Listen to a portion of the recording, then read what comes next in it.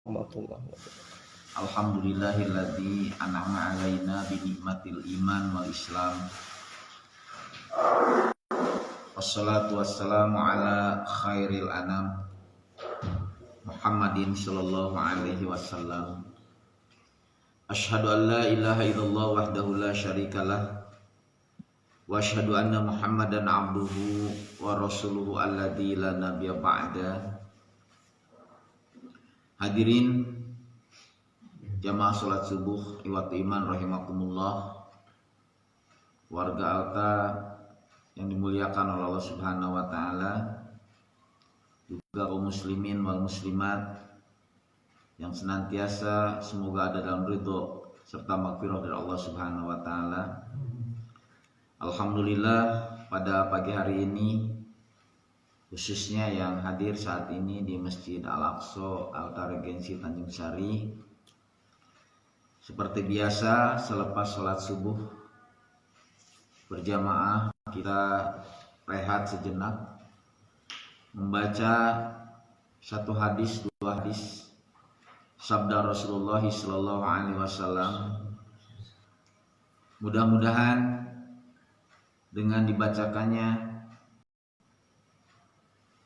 hadis Rasulullah sallallahu alaihi wasallam lebih memotivasi lagi kepada kita, kepada kaum muslimin muslimat, untuk senantiasa melaksanakan perintah Allah Subhanahu wa taala.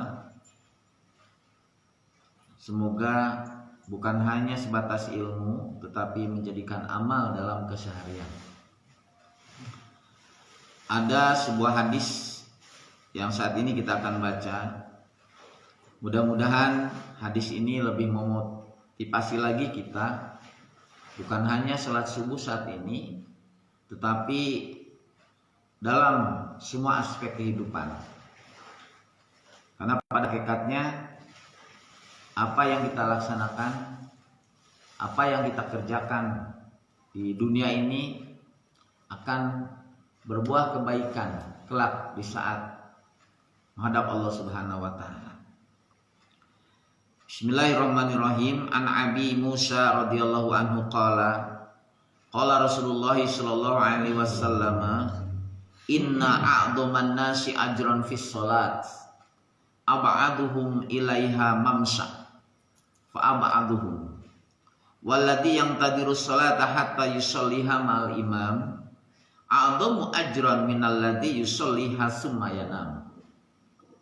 Muttafaqun alaih. Hadis dari Abi Musa radhiyallahu anhu, semoga Allah ridho kepadanya, qala, ia berkata, qala Rasulullah sallallahu alaihi wasallam, Rasulullah sallallahu alaihi wasallam bersabda, inna a'dhaman nasi ajron fis salat. Inna, sesungguhnya, a'dhaman nasi ajron, a'dham, yang paling agung, yang paling besar bagi seseorang pahala fis sholati, di dalam sholat, ab'aduhum ilaiha mamsan, ab'aduhum, yang paling jauh di antara mereka, ilaiha, kepada, menuju sholat itu, mamsan, dalam berjalan, fa'ab'aduhum, yang paling jauh lagi.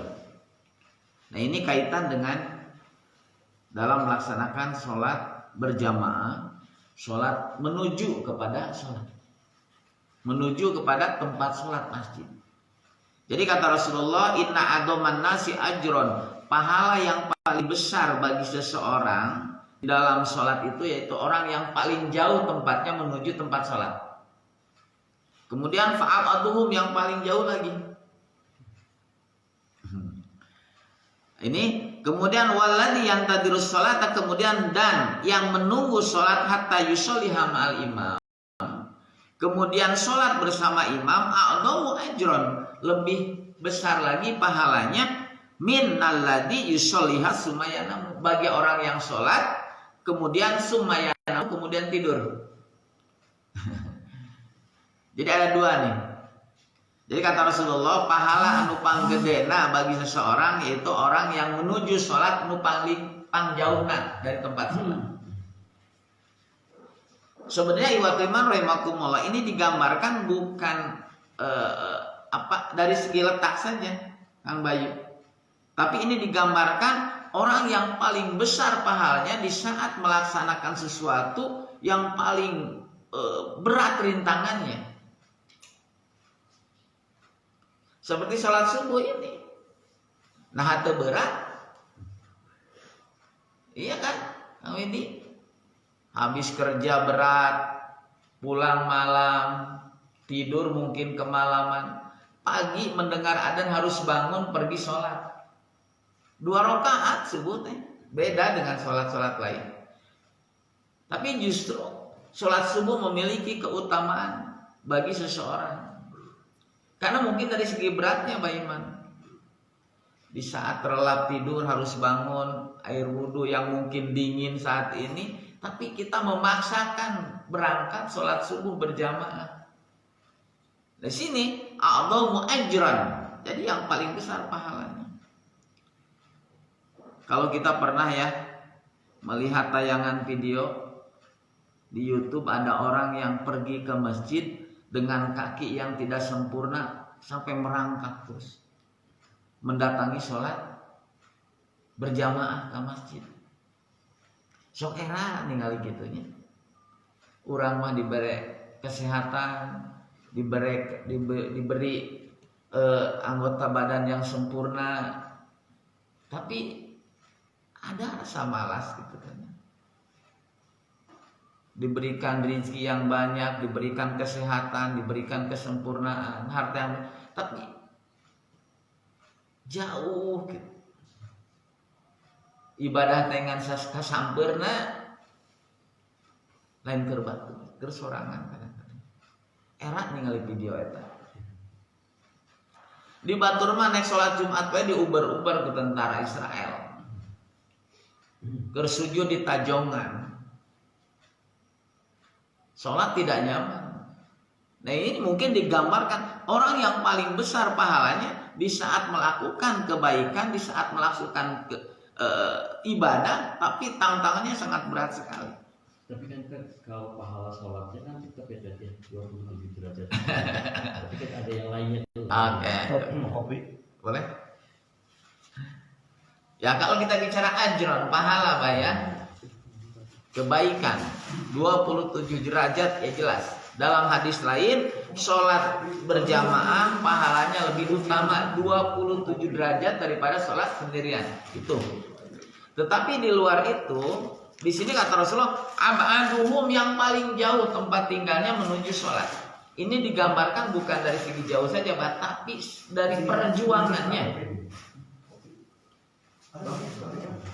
Ini perjuangannya.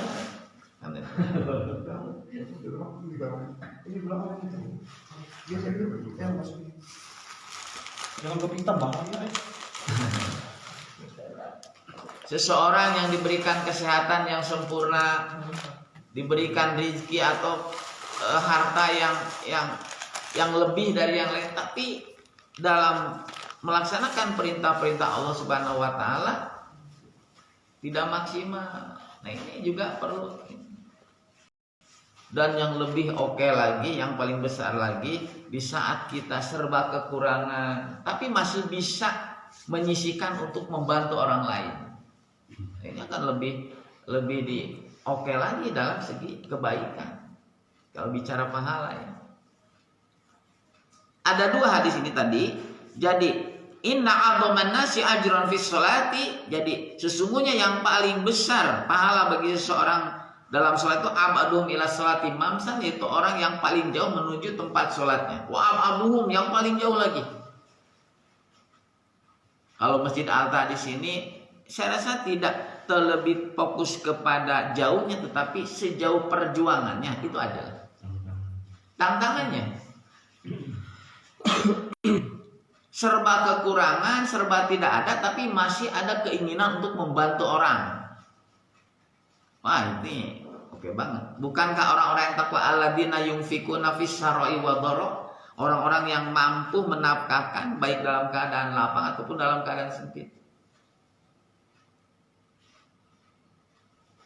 orang misalnya seorang maaf ya kuli bangunan dalam kondisi badan yang serba kotor, kemudian terkumandangkan adzan, dia sempatkan wudhu bebersih sholat heula, itu lebih oke tantangannya. Bagi orang-orang yang duduk di kantor dengan ber-AC masih bersih, ngadenge adzan tapi dia tidak terdorong untuk datang melaksanakan sholat, kan itu berbanding berbalik ya. Makanya bersyukur di saat kita dalam kondisi keterbatasan tapi masih bisa melaksanakan perintah Allah Subhanahu wa taala. Kemudian hari ini waladhi yang tadiru sholat hatta yusolliha ma'al imam. Jadi orang-orang yang menunggu sholat hatta yusolliha sehingga sholat ma'al imam bersama imam berjamaah, maksud di sini ini kaitannya masih berarti ini sholat berjamaah jadi menuju masjid nih orangnya, menuju masjid. Jadi orang yang menunggu sholat sehingga sholat bersama imam a'dhamu ajron, juga lebih besar pahalanya minal ladina yusolliha summa yanam, bagi orang yang sholat setelah sholat summa yanamu kemudian tidur. Nah, double puasa aja. Ketika saya pernah ini, yang itu nggak apa-apa ya, itu bazir. Hadis ini riwayat Bukhari Muslim. Jadi ada dua catatan di sini. Kata Rasulullah SAW, Rasulullah bersabda, jadi yang paling baik, yang paling besar pahalanya orang yang sholat menuju masjid, karena di sini kan, di sini waladina yang tadi sholat hatta yusolliha ma'al imam, bersama imam, berarti ini sholat berjamaah ya, menuju masjid.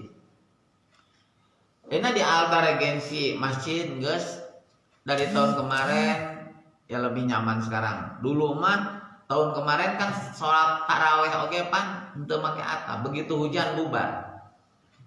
Ayeuna mah hujan gede. Nah, seperti diibaratkan hujan gede masih ada orang yang sempat ke masjid.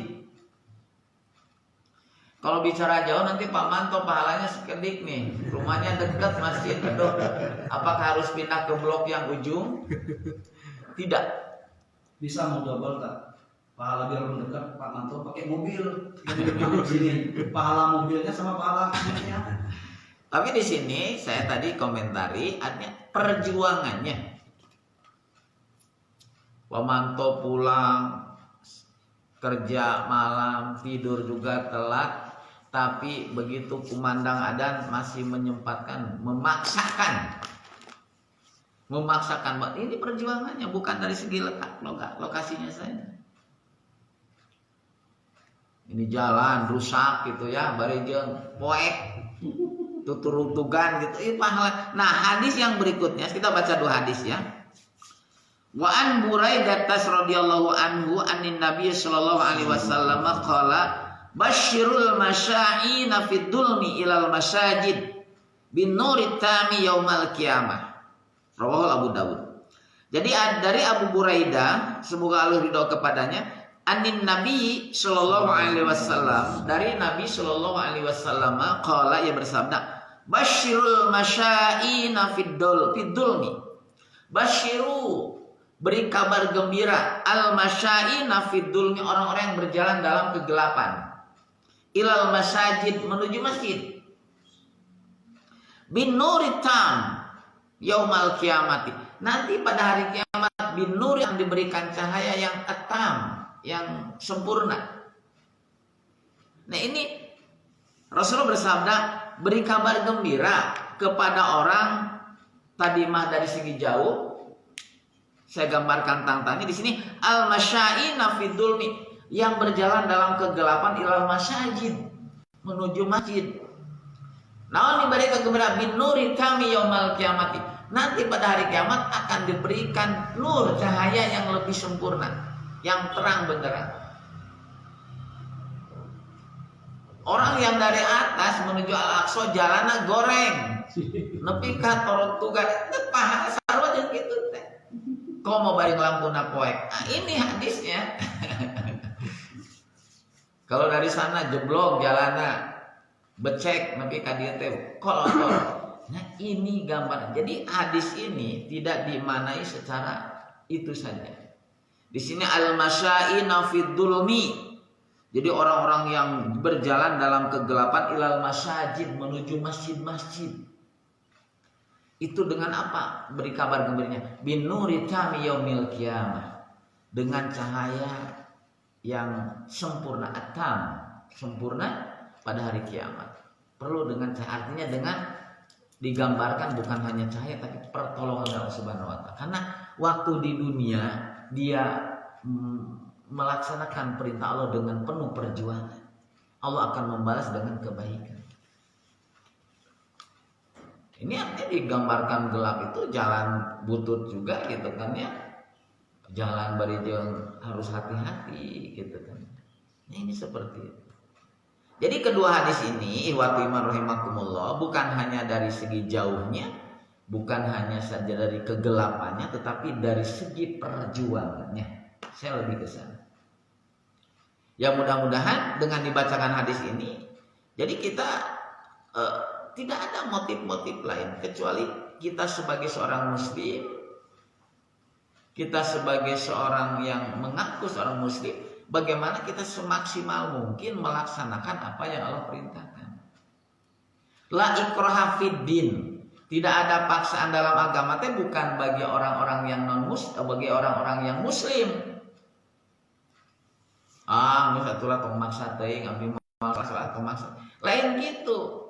Bagi orang yang luar muslim jangan dipaksa kecuali dengan dakwah, jangan dipaksa. Bagi orang yang muslim, bagi seorang muslim artinya harus dia sudah komitmen dengan kemuslimnya, harus melaksanakan perintah-perintah Allah sekemampuannya. Seperti itu. Ya mudah-mudahan kehadiran kita ke tempat ini memang tidak terlepas dari kudrat, iradah serta inayah dari Allah Subhanahu wa taala. Dengan pertolongan Allah Subhanahu wa taala melangkahkan kaki, maka kita tinggal menjaga keistiqomahan di dalam beribadah. Berat istiqomah teh. Berat memegang komitmen teh. Tantangan sedikit, hujan hoream ke masjid. Dirasakan kesorangan kadang-kadang. Itu kan ya. Mal ke masjid hujan. Aduh tunduh mal ke masjid. Itu dilawat kan. Artinya kita berharap bahwa ini adalah kita semata-mata melaksanakan perintah Allah Subhanahu wa taala.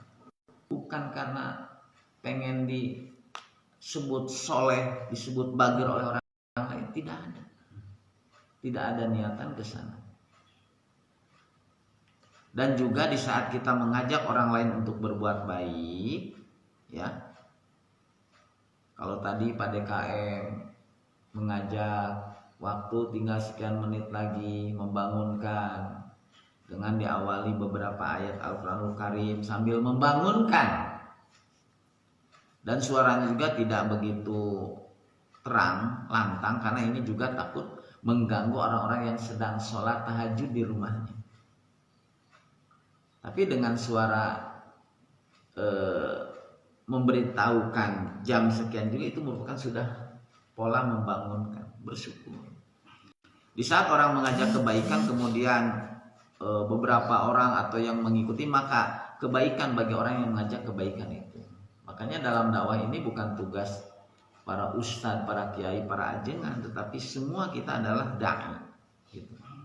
Ajak dalam hal kebaikan. Baik, iwatiman rahimakumullah, kembali lagi kepada dua hadis ini untuk pagi hari ini. Jadi Rasulullah Shallallahu Alaihi Wasallam bersabda, Inna a'dhaman nasi ajran fis sholati amaduhum ilaihal mamsan. Jadi yang paling besar pahalanya bagi annas, seorang manusia atau seseorang, pahalanya di dalam melaksanakan sholat yang paling jauh menuju tempat sholat, yang paling jauh melaksanakan perjalanannya. Kemudian waladhi yantadirus sholata hatta yusolliha ma'al imam. Kemudian orang-orang yang menunggu sholat sehingga sholat bersama imam, a'dhamu ajran, juga lebih besar pahalanya bagi orang yang alladhi yusolliha summa yanam, bagi orang yang sholat kemudian tidur. Ke rumah sholat di rumah, beres subuh langsung tidur. Itu gimana ya penafsiran tidurnya juga? Apa? Kalimat tidur itu maksud tafsiran gitu? Lebih cenderung begini, Pak. Jadi setelah sholat ini tidak cenderung kepada sholat subuh saja ya, lebih artinya cenderung subuh ya. Tapi artinya setelah sholat itu terus beraktivitas. Saya saksana. Oh, jadi menghindari yang mubazir. Iya. Sumayanamu itu kan yanamu itu tidur itu dalam diartikan yang tidak aktif. Jadi setelah sholat duhur, asar, tapi lebih besar pahalanya daripada orang yang sholat tidur artinya tidak beraktivitas. Terlebih-lebih artinya misalnya setelah sholat kemudian melakukan aktivitas kebaikan-kebaikan lagi. Bukankah dalam ayat lain idza qudiyatis sholatu fantasiru fil ardi. Apabila telah selesaikan sholat silakan beraktivitas di muka bumi ini. Ini lebih utama daripada alladzi yusolliha sumayyanam. Orang yang sholat kemudian berhenti aktivitas. Nah, alhamdulillah setelah sholat subuh kita memaksakan membaca hadis-hadis Rasulullah. Tidak memaksakan saya rasa, sambil menikmati hidangan, kopi dan lain-lain kita sharing ilmu. Mudah-mudahan ini juga bukan hanya kepada yang hadir, bapak-bapak saat ini juga bisa disampaikan kepada yang lain. Tadi yang pertama, jadi orang yang pahala yang lebih besar bagi seseorang yaitu menuju sholat yang paling jauh, tapi di sini lagi tantangannya. Kemudian yang lebih pahalanya lebih besar lagi itu orang yang menunggu sholat kemudian sholat bersama imam daripada orang yang sholat kemudian summayanamu kemudian tidur. Kemudian hadis yang kedua, basyirul masya'ina fid dulmi. Jadi beri kabar gembira kepada orang-orang yang berjalan dalam kegelapan ilal masajid menuju masjid. Bin nuri tam yaumal kiamat, nanti pada hari kiamat akan diberikan bin nuri tam. Jadi penerangan cahaya yang sempurna yaumal kiamat. Ini digambarkan artinya pertolongan Allah Subhanahu wa taala. Karena di dunia di dalam melaksanakan Allah penuh dengan tantangan. Ya mudah-mudahan rahimakumullah Allah memberikan kesehatan kepada kita, memberikan rezeki mungkin sangat terbatas bagi kita, tetapi kita masih bisa melaksanakan perintah-perintah Allah Subhanahu wa taala. Jadi tadi dalam kondisi sakit tapi bisa melaksanakan perintah Allah Subhanahu wa taala. Dalam kondisi serba tidak ada tapi masih bisa membantu orang lain, itu lebih utama. Kita tidak luput dari ujian dan ujian, tapi mudah-mudahan ujian yang kita saat ini tidak seberapa dibandingkan dengan ujian-ujian yang lain. Mudah-mudahan kita senantiasa termasuk orang-orang yang senantiasa mensyukuri atas nikmat Allah Subhanahu wa taala. Artinya syukur apa-apa? Apa yang Allah berikan kepada kita, kita manfaatkan, kita laksanakan sesuai dengan kehendak Allah Subhanahu wa taala. Kesehatan yang Allah berikan kepada kita, mari kita sholat berjamaah, kita laksanakan perintah-perintah Allah Subhanahu wa taala. Mudah-mudahan itu termasuk orang-orang yang bersyukur. Lain syakartum la azidannakum. Insyaallah apabila saat kita bersyukur, Allah akan menambahkan apa yang telah kita terima. Kita bersyukur ya. Artinya orang lain mah mungkin ya masjid oge can sebagus Alta Regency ini masih ya balocor, tapi Alta ini udah bagus sekali. Mari kita makmurkan Masjid Al-Aqsa ini dengan masjid kita sih nggak bocor, tapi rumah yang bocor. Syukuri saja yang ada. Syukuri, orang lain mah udah hidup di jalanan ya, atapnya bocor, kemudian bawahnya banjir. Nah itu. Jadi ningali kalau saya bersyukur gitu. Demikianlah rahimakumullah yang bisa kita sharingkan pada pagi hari ini. Mudah-mudahan apa yang kita bacakan dua hadis Rasulullah SAW ini bukan hanya bisa dicerna, bisa dipahami oleh yang hadir pada saat ini di Masjid Al-Aqsa, juga bisa tersampaikan juga kepada yang tidak hadir saat ini, baik di warga Alta Regency ataupun kaum muslimin wal muslimat yang bisa menyimak tayangan ini. Marilah kita maksimalkan beribadah kepada Allah Subhanahu wa taala, terutama di dalam melaksanakan sholat berjamaah. Allah akan memberikan kebaikan di saat ada perjuangan di saat menuju sholat, dan juga di sini digambarkan berjalan dalam kegelapan juga Allah akan memberikan suatu saat balasan kelak di hari kiamat dengan cahaya yang sempurna, dengan pertolongan yang sempurna. Mudah-mudahan seperti itu. Mudah-mudahan kita termasuk orang-orang yang senantiasa istiqomah di dalam menjalankan perintah Allah Subhanahu wa taala, dan semoga Allah senantiasa meringankan langkah-langkah kita dalam kebaikan dan menjauhkan senantiasa ada kesulitan di saat kita akan atau menghadapi kemaksiatan. Dan sekali lagi mudah-mudahan diberikan keistiqomahan. Rabbana la tu'akhidna Rabbana la tuzigh qulubana ba'da idh hadaitana wa hab lana min ladunka rahmah innaka antal wahhab. Rabbana hab lana min azwajina wa dzurriyyatina qurrata a'yun waj'alna lil muttaqina imama. Rabbana atina fid dunya hasanah wa fil akhirati hasanah wa qina adzabannar. Wassalamualaikum warahmatullahi wabarakatuh. Waalaikumsalam warahmatullahi wabarakatuh. Demikian tadi